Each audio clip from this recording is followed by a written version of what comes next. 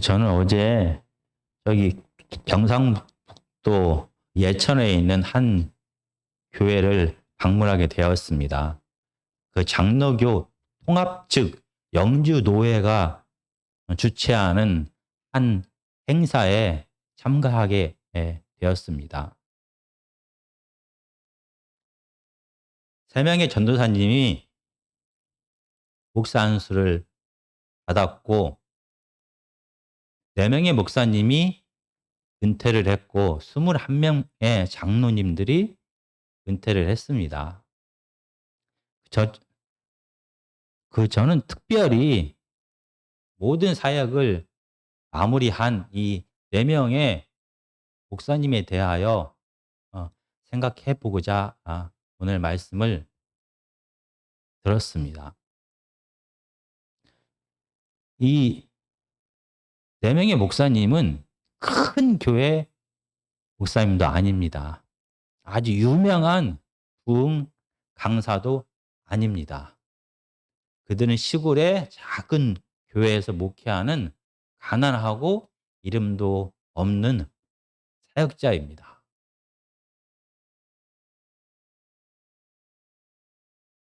그분들의 긴 목회에 대하여 생각하면서 한 가지 의문이 들었습니다. 어떻게 그 긴 시간을 이름도 없이 가난하게 살면서 그 긴 시간을 버틸 수가 있었을까?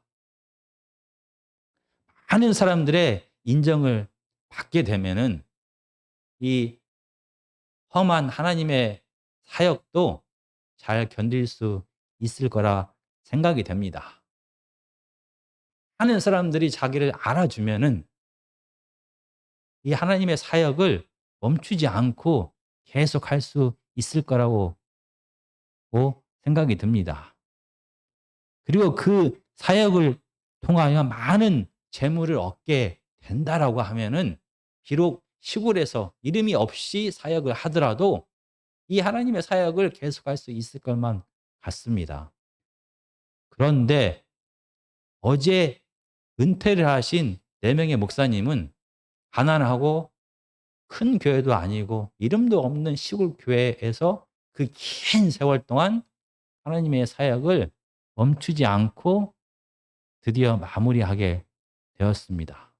어떻게 그 긴 세월을 견딜 수 있었을까에 대하여 고민합니다. 그리고 오늘 본문을 통하여 이 질문에 대한 답을 찾으려고 합니다. 오늘 본문은 마태복음 9장 35절에서 38절까지입니다. 35절에서 38절까지입니다. 예수께서 모든 도시와 마을에 두루 다니사 그들의 회당에서 가르치시며 천국 복음을 전파하시며 모든 병과 모든 약한 것을 고치시니라. 무리를 보시고 불쌍히 여기시니 이는 그들이 목자 없는 양과 같이 고생하며 기진함이라. 이에 제자들에게 이르시되 취소할 것은 많되 일꾼이 적으니 그러므로 취소하는 주인에게 청하여 취소한 일꾼을 보내주소서 하라 하시니라.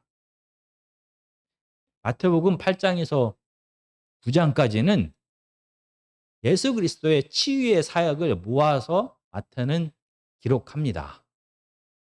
그리고 오늘 본문인 35절은 예수 그리스도의 사역을 간단하게 다시 한번 요약을 합니다. 천국 복음을 가르치고 전파하고 그리고 모든 약한 것을 고치셨다라고 이렇게 기록합니다. 마태복음은 처음부터 예수 그리스도의 사역에 대하여 계속해서 기록을 합니다.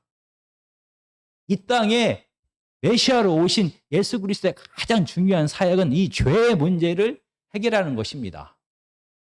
그래서 예수님이 사역을 시작하실 때 이 죄와 회개에 대하여 먼저 선포를 하셨습니다. 그리고 하나님의 임재와 통치가 시작되었다. 하나님 나라가 시작되었음을 강력하게 선포합니다.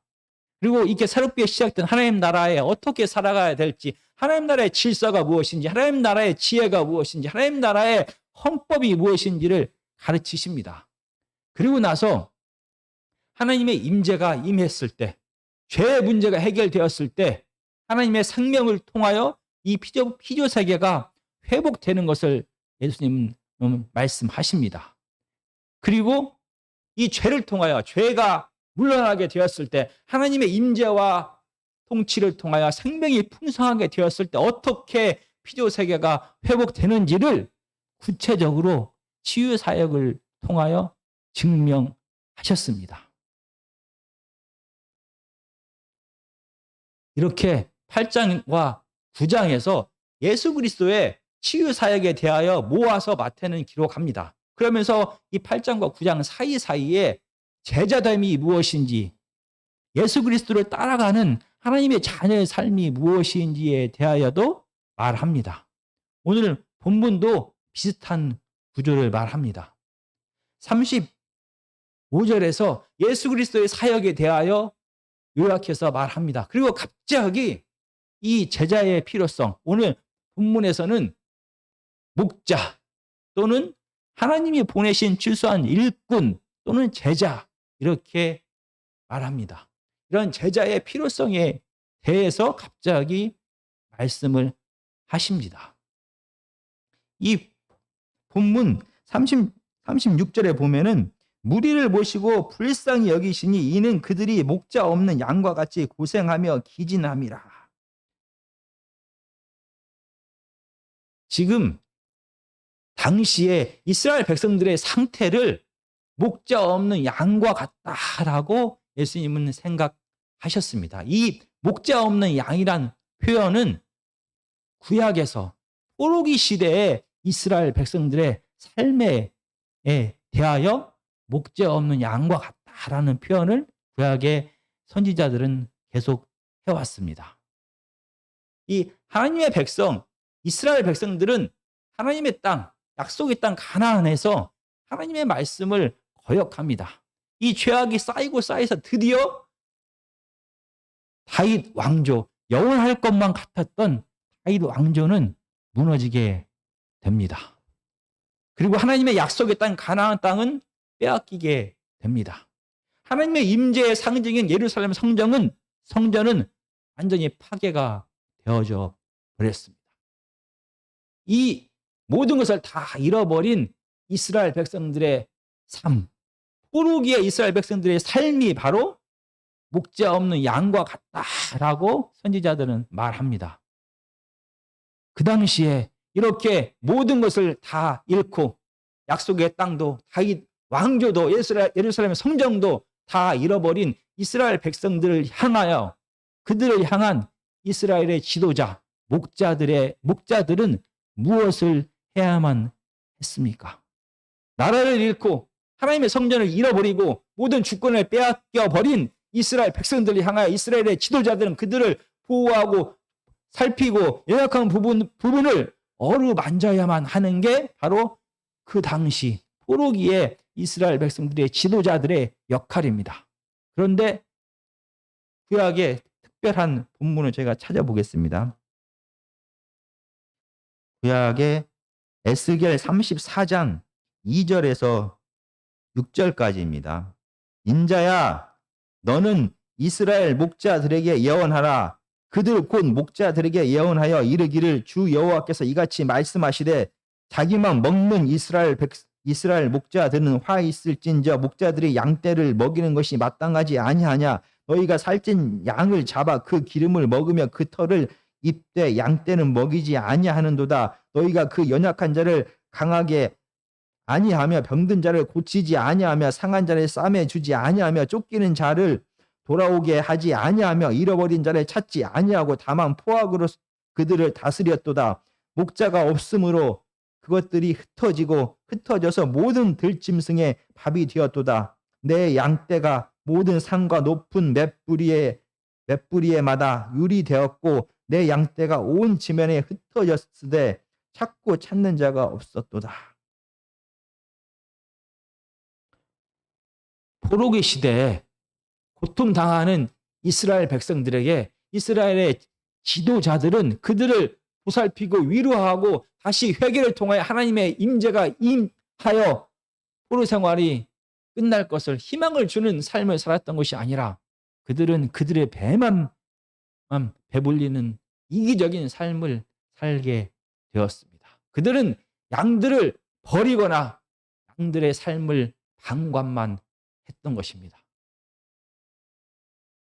그런데 그 당시 포로기에 이스라엘 백성들의 이러한 비참한 삶과 예수님 당시의 이스라엘 백성들의 삶이 마찬가지다라고 예수님은 오늘 마태복음 9장을 통하여 말씀하시는 것입니다. 지금 예수님 당시에 이스라엘 백성들 역시 로마의 식민지 백성으로 경제적으로, 사회적으로 고통 가운데, 가난 가운데 그들은 살아갑니다. 당시에 이스라엘을 다스렸던 로마 제국은 직접 모든 경제, 사회, 종교 모든 면에서 이스라엘에 직접 다스린 것이 아닙니다. 그들은 이스라엘에게 어느 정도의 종교적인, 경제적인, 사회적인 자유를 허락했습니다. 그리고 이스라엘의 지도자들로 하여금 대신 이스라엘의 지도자들에게 로마 제국이 가지고 있는 힘을 나누어 주어서 사회적으로, 경제적으로, 종교적으로 그의 권한을 유대 지도자들에게 나누어 주게 되었습니다. 그래서 유대 지도자들이 이스라엘 백성들을 대신해서 다스렸습니다. 이 권력 기구를 산헤드린이다라고 말합니다.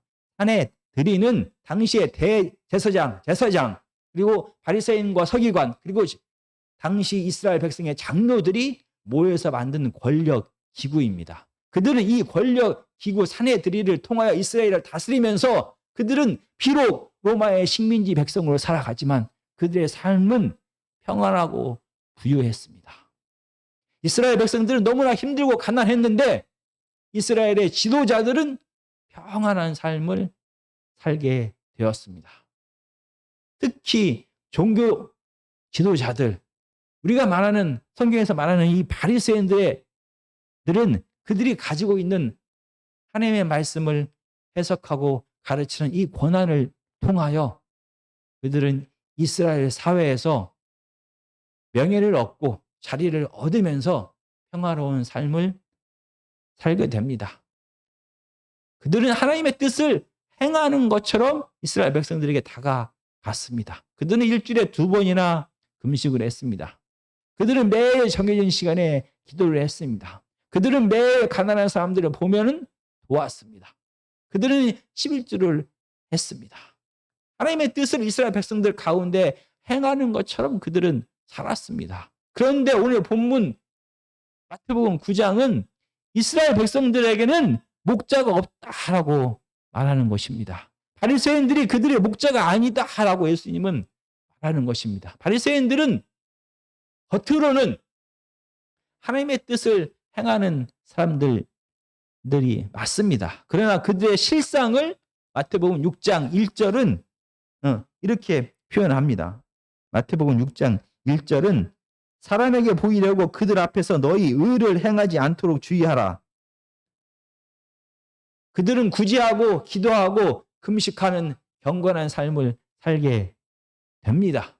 그러나 그들이 구제하는 이유, 그들이 기도하는 이유, 바리새인들이 금식하는 이유가 하나님의 뜻을 행하기 위하여, 가난하고 불쌍한 백성들을 위해서가 아니라 사람에게 보이기 위하여 그들은 금식했습니다. 사람에게 보이기 위하여 그들은 기도했습니다. 사람에게 보이기 위하여 그들은 구제했습니다.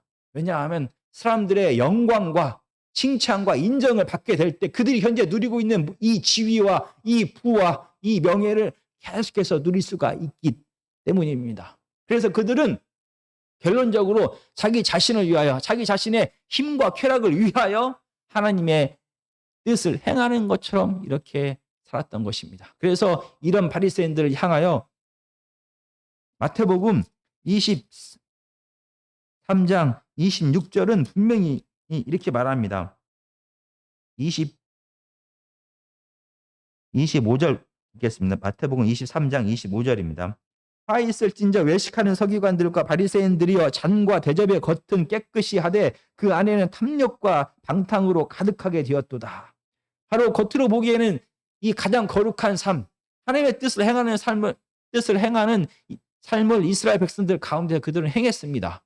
그런데 이런 그들의 속마음을 아시는 평가가 바로 그들은 탐욕과 방탕, 그들은 힘과 쾌락을 추구하면서 그들은 이렇게 살았던 것입니다.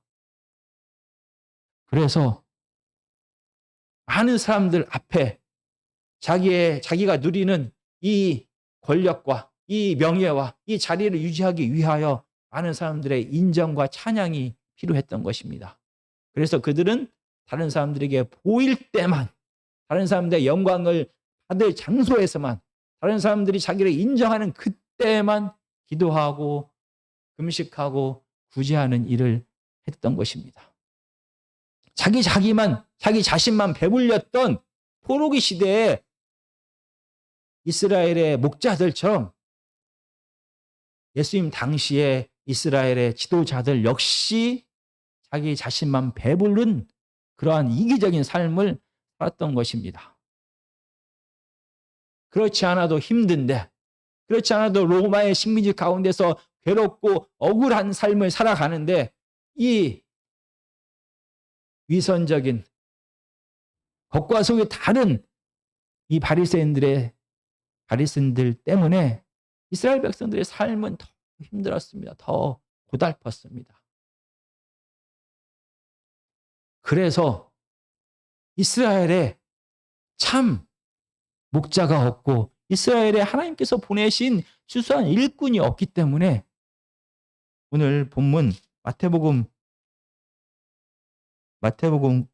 9장은 너희는 하나님께 수수할 일꾼 이스라엘의 참 목자를 보내달라고 기도하라라고 말합니다.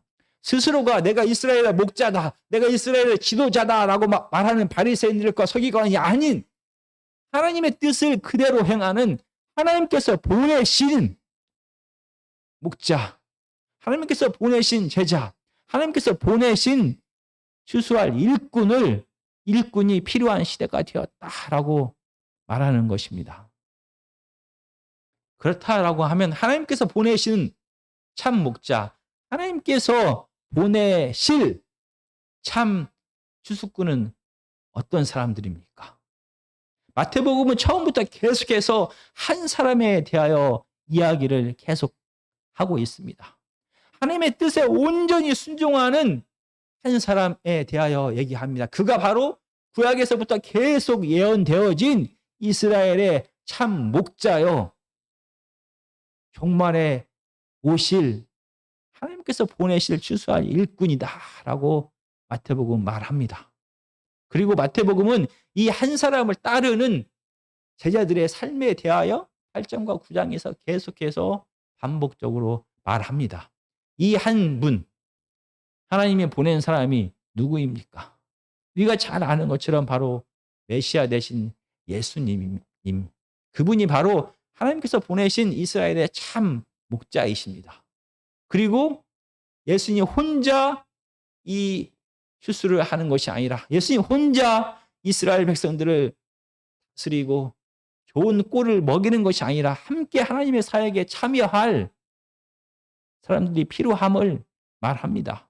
그리고 예수님을 따라가는 제자, 하나님께서 보내실 추수할 일꾼에 대하여 말합니다. 그러면 우리가 다시 한번 마태복음 8장을 통하여 예수 그리스도의 삶이 바리새인들의 삶과 어떻게 달랐는지에 대하여 잠깐 동안 다시 한번 살펴보겠습니다. 8장 20절과 22절까지입니다. 8장입니다. 예수께서 이르시되 여우도 굴이 있고 공중의 새도 거처가 있으되 인자는 머리 들 곳이 없다 하시더라. 제자 중에 또 한 사람이 이르되 주여 내가 먼저 가서 내 아버지를 장사하게 허락하옵소서. 예수께서 이르시되 죽은 자들이 그들의 죽은 자를 장사하게 하고 너는 나를 따르라 하시니라. 이 예수님의 치유 사역을 모아서 기록했던 7장과 9장 사이에 예수님의 삶, 제자의 삶이 무엇인지를 계속해서 반복적으로 보여줍니다. 예수님의 삶은 당시 유대교 종교 지도자들이었던 바리새인들의 안정되고 평안한 삶과 다르게 머리둘 곳이 없는 불안정한 삶이다라고 말합니다. 왜냐하면 예수님은 이 땅에 이 죄의 짐을, 온 세상의 죄의 짐을 대신 짊어지기 위하여 이 땅에 오셨습니다. 그렇기 때문에 죄의 결과와 죄의 영향으로 고통과 죽음과 두려움 가운데 살아가는 많은 이스라엘 백성들의 삶 속에 직접 들어가야만 했습니다. 고통 가운데 울부짖는 그들의 삶을 돌아봐야만 했던 것입니다.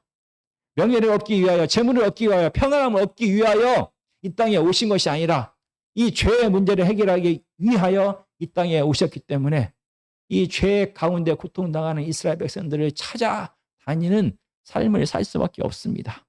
불안정하고 가난한 삶, 하나님께 주신 모든 것을 자기 자신만을 위하여 살아가는 것이 아니라 하나님께 주신 모든 능력과 권세를 이 고통당하는 이스라엘 백성들에게 나누면서 살아가는 삶을 살아가는 자가 바로 예수 그리스도의 삶인 것입니다. 그리고 예수 그리스도를 따라가는 제자의 삶 역시 마찬가지로 명예와 부귀와 안정을 쫓아가는 삶이 아니라 죽음 가운데 고통당하는 이스라엘 백성들의 생명을 쫓아가는, 생명을 회복시키는 삶을 살아가게 되기 때문에 예수님처럼 불안정한 삶을, 가난한 삶을, 고통당하는 삶을, 대신 짊어지는 삶을 살 수밖에 없는 것입니다. 이렇게 생명을 회복시키는 삶, 생명을 나누는 것이 바로 예수 그리스도의 삶의 가장 중요한 사명입니다.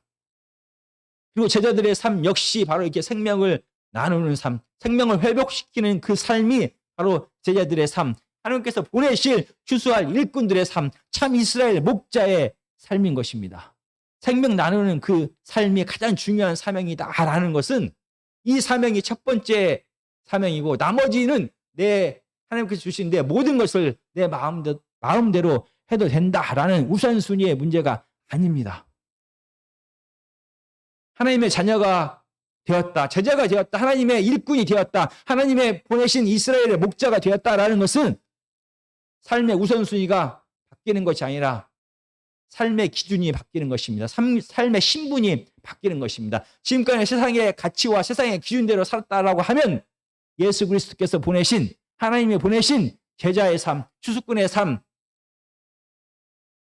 하나님의 목자의 삶은 하나님의 뜻이 삶의 기준이 되는 것입니다.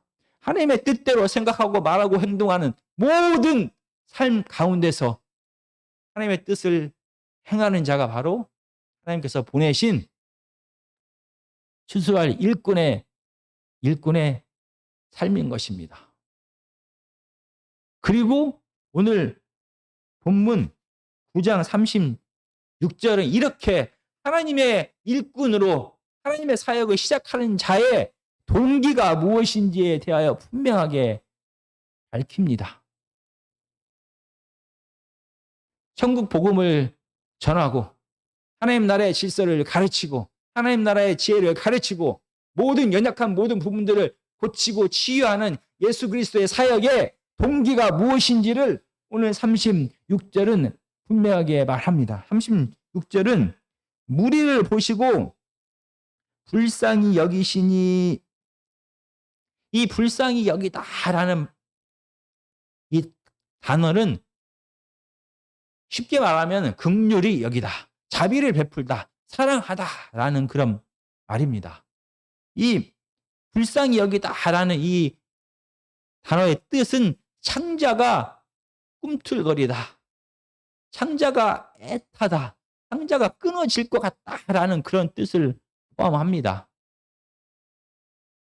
당시 우리의 내장, 창자에 사람의 감정이 표현될 수 있다라고 당시에는 그렇게 생각을 했던 것입니다. 우리의 감정이 그냥 불쌍히, 저 사람 참 불쌍해, 그 정도의 감정으로 이 불쌍히 여기다라는 단어를 사용하고 있지 않습니다. 이 단어는 창자가 끊어질 것 같은 마음을 뜻합니다. 언제 상자가 끊어질 것 같은 마음을 우리가 느끼게 됩니까? 가장 사랑하는 내 자신이 너무나 힘들 때, 내 자신이 너무나 가난할 때, 내 자신이 너무나 억울할 때, 내 자신이 사람들로부터 오해를 받을 때 상자가 끊어질 것 같은 아픔을 우리는 겪게 됩니다.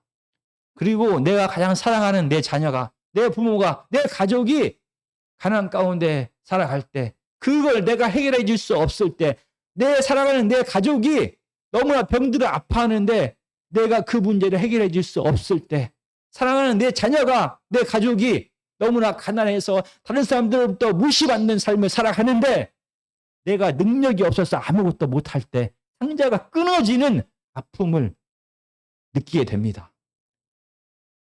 이기적인 사람이 자기 자신과 가장 사랑하는 사람들한테 느끼는 이 상자가 끊어지는 이 불쌍히 여기는 마음을 예수 그리스도는 온 세상을 향한, 온 세상에 죽어가는 사람들을 향한 예수 그리스도의 마음이 바로 불쌍히 여기다라는 그런 마음이었습니다.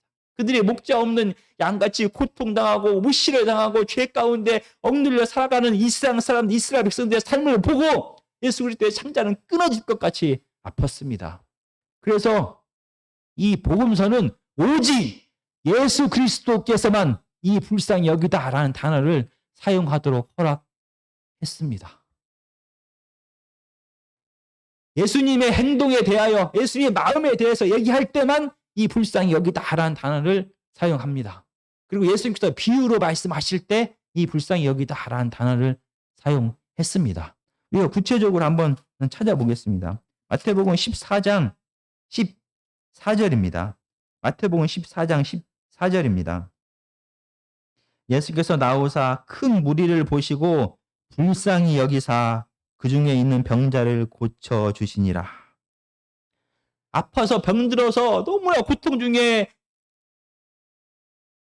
헤매고 있는 이 양들을 보고 예수님은 정말로 상자가 끊어질 것 같이 불쌍히 여기셨습니다. 그래서 그들을 고쳐주셨습니다. 그들에게 기적을 베푸신 이유가 많은 사람들의 칭찬을 받기 위하여, 많은 사람들의 이름을, 많은 사람들 앞에서 내가 얼마나 뛰어난지를 드러내기 위해서가 아니라 그들을 불쌍히 여기셨기 때문에 이 병자들을 예수님은 고쳐주셨습니다. 마태복음 15장 32절입니다.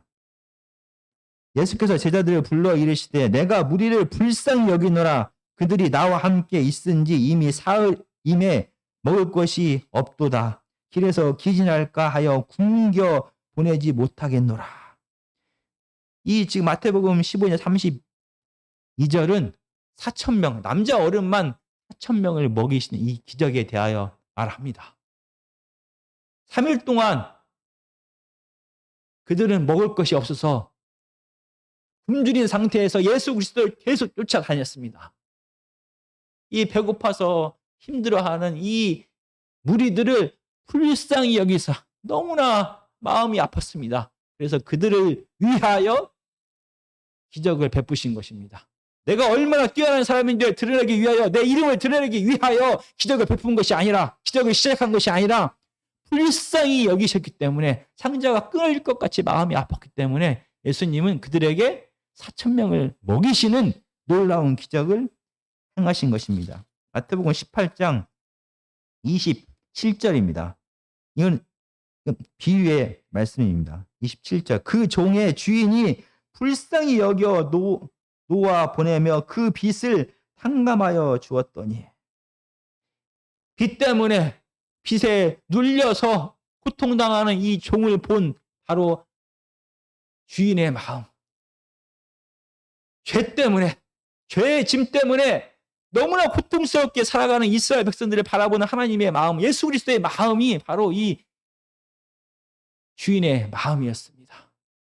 죄 때문에, 그리고 죄 때문에 고난당하는 이스라엘 백성들, 또 죄의 영향력 때문에 실질적으로 그들의 삶이 고난과 가난과 아픔과 병든 가운데 살아가는 그들의 짐을 대신 지고 싶어하는 예수 그리스도의 마음이 바로 상자가 끊어질 것 같은 불쌍히 여기는 마음입니다.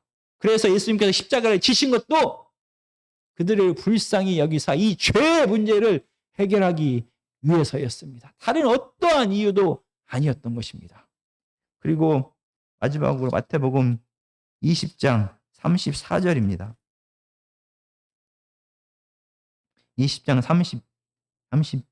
34절입니다. 31절부터 제가 읽겠습니다. 무리가 꾸짖어 잠잠하라 하되 더욱 소리 질러 이르되 주여 우리를 불쌍히 여기소서 다윗의 자손이여 하는지라. 예수께서 머물러 서서 그들을 불러 이르시되 너희에게 무엇을 하여 주기를 원하느냐. 이르되 주여 우리의 눈뜨기를 원하나이다. 예수께서 불쌍히 여기사 그들의 눈을 만지시니 곧 보게 되어 그들이 예수를 따르니라. 이 눈먼 두 소경을 고치십니다. 그들을 고치신 이유, 기적을 베푸신 이유가 다른 이유가 아닙니다. 이름을 날리기 위해서가 아닙니다. 사람들의 칭찬을 받기 위해서가 아닙니다. 그들을 불쌍히 여기셨습니다. 창자가 그들이 소경으로 그동안 고통스럽게 살았을 삶을 예수님은 다 아셨습니다. 그들의 간절한 이 울부짖음에 예수님은 마음이 너무나 아팠습니다. 창자가 끊어질 것 같았습니다. 그래서 바로 기적을 베푸셨던 것입니다. 이 땅에서 예수 그리스도의 삶의 모든 이유가 바로 삶의 말씀을 전하고 기적을 베풀고 예수 그리스도의 사역의 이유가 바로 사역의 시작이 바로 무리를 불쌍히 여기는 마음 때문이었다는 것입니다.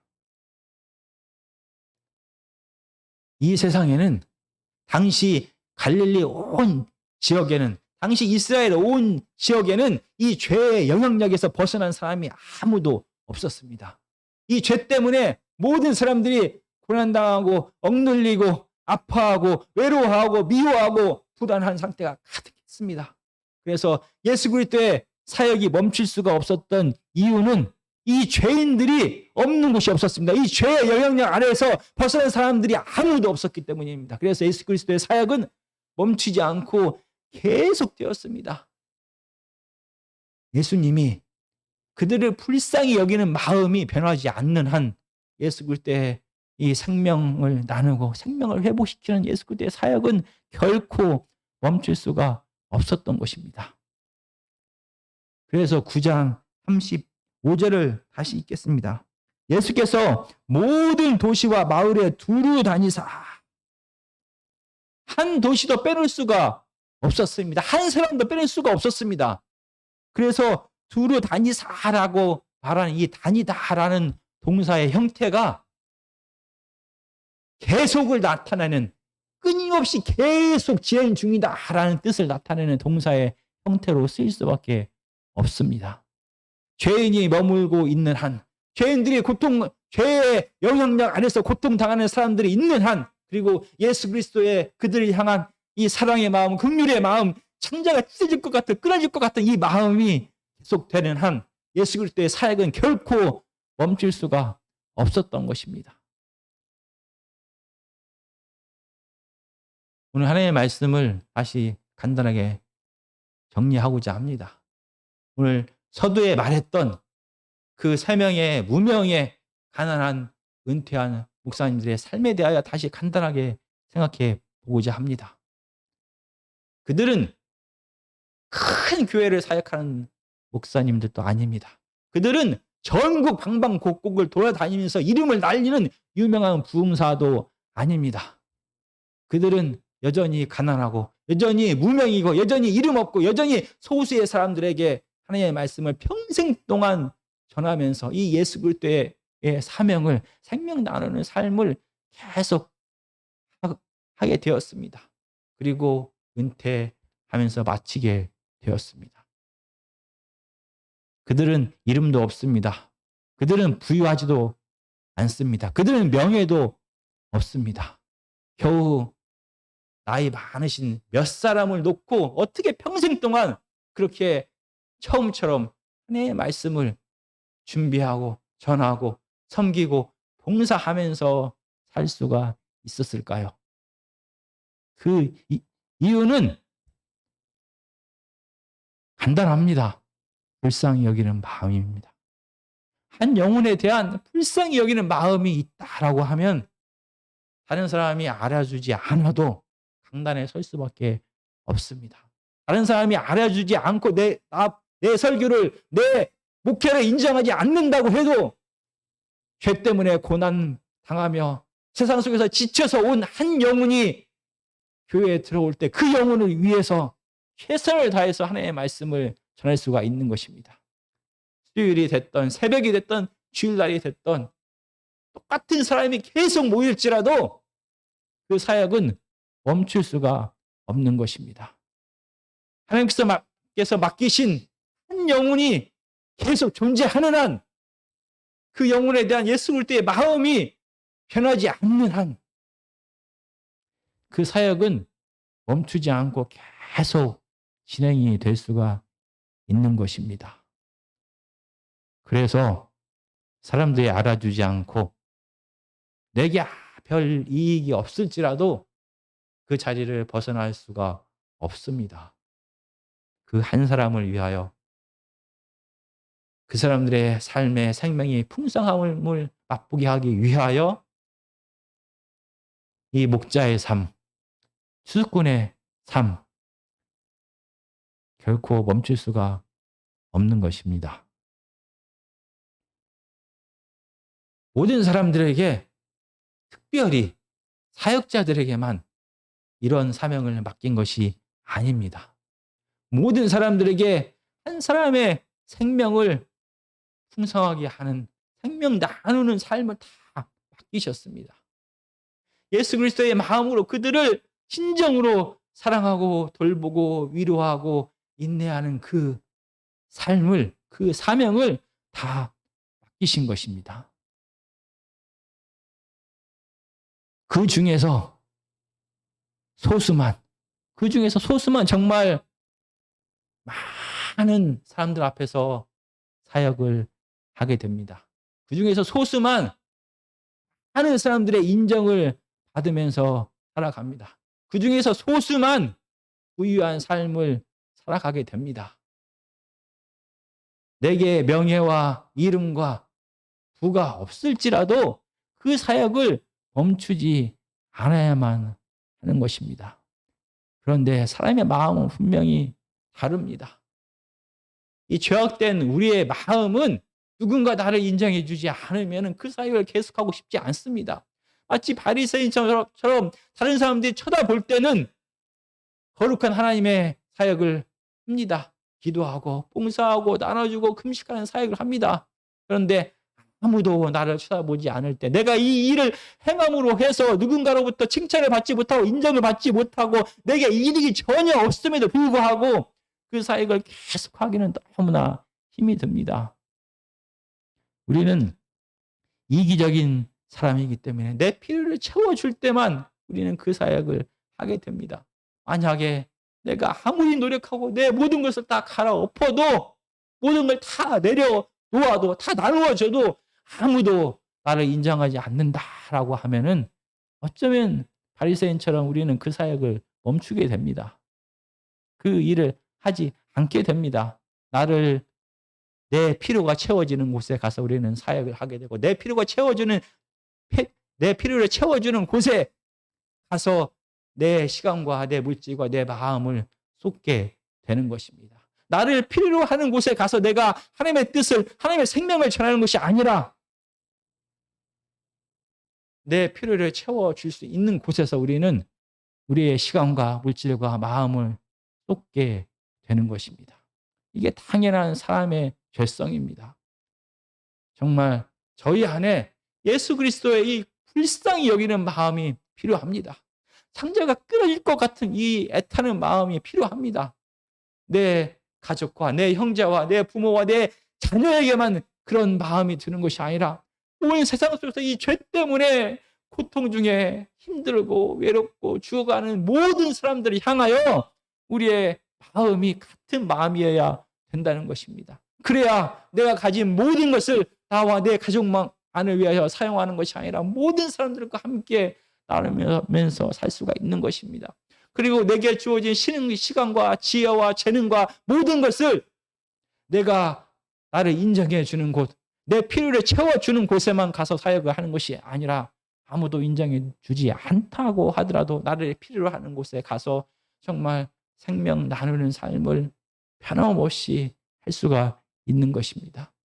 이 예수님의 마음을 우리가 잃지 않게 될 때 억지로 다른 길이 없기 때문에 다시 못해서 하나님의 사역을 준비하고 하나님의 사역을 하는 게 아니라 그 긴 시간 동안에 두렵고 떨리는 마음, 기쁜 마음으로 최선을 다해서 말씀을 준비하고 가르치고 우리가 가진 모든 것을 나누고 위로하고 격려하면서 이 예수님께서 바라보신 그대로 바라보면서 우리는 그들의 삶을 풍성하게 하는 사역에 참여할 수가 있게 되는 것입니다. 억지로 몇십 년을 버틸 수는 없습니다. 정말 불쌍한 삶입니다. 그 마음에 하나님을 향한 이 간절함, 한 영혼을 향한 이 애타는 마음, 창자가 끊어질 것 같은 마음이 계속되었다라고 하면 그 긴 시간 동안의 사역이 분명히 기쁨이고 보람이고 즐거움이었을 거라고 생각이 됩니다. 정말 저희의 삶이 마지막 사역의 그 시간까지, 그 순간까지 한 영혼을 향한 이 간절한 불쌍히 여기는 창자가 끊어질 것만 같은 이 마음이 변하지 않기를 저희는 간절히 원합니다. 하나님께서 우리에게 이 마음을 계속 주실 수 있도록 하나님께 겸손히 나와서 무릎 꿇고 하나님이여 내게 하나님의 마음을 가져가지 마시옵소서. 내가 세상 어떤 것으로도 이 하나님의 불쌍히 여기는 이 마음을 간직하게 하여 주십시오. 라는 기도가 우리가 계속 되어져야만 하는 것입니다. 이 기도가 계속 되어질 때 우리는 사람들 보기에 열매가 없을지라도 이 생명 나누는 삶을 계속할 수가 있게 됩니다. 이 사역을 끝까지 기쁜 마음으로 진행할 수 있는 저와 우리 아멘교회 성도님들이 다 되시기를 간절히 기도드립니다.